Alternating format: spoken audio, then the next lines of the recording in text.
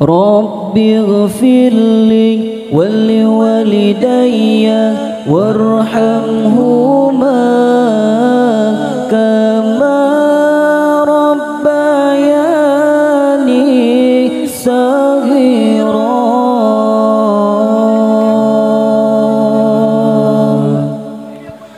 Ya Allah, ampunilah dosa hamba.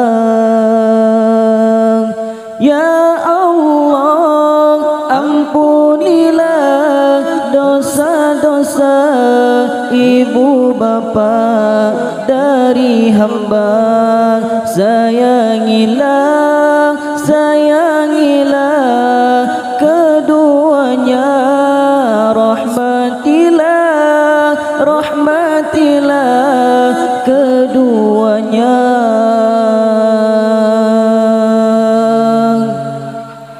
Sebagaimana mereka yang telah sayangi hamba dari kecil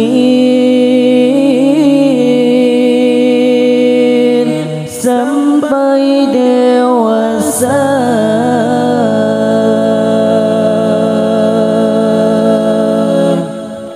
Rabbi ghfirli wali walidayya warhamhuma kama rabbayani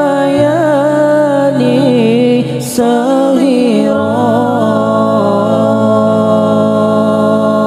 Rabbi ghfirli wali walidayya warhamhuma kama saghira.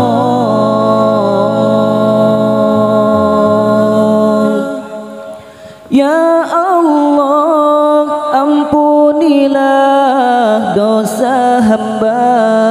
Ya Allah, ampunilah dosa-dosa ibu bapa dari hamba.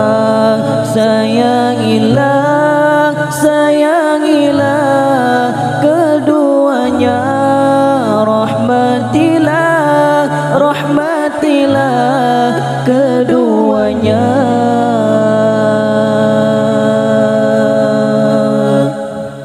Sebagaimana mereka yang telah sayangi hamba dari kecil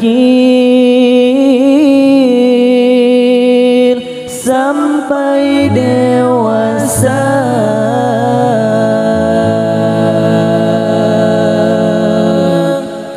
Berkatilah rizki mereka, kuatkanlah iman mereka,